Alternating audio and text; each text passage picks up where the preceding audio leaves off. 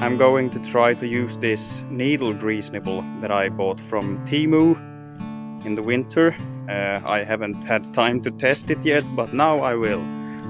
So I will try to put some Vaseline in this ball joint here. Okay, let's try this. I think it is working.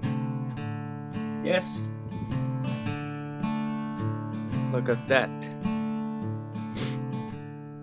Let's try the other side.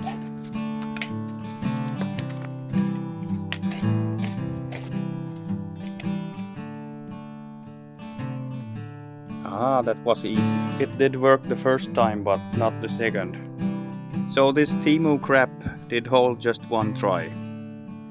Don't buy those.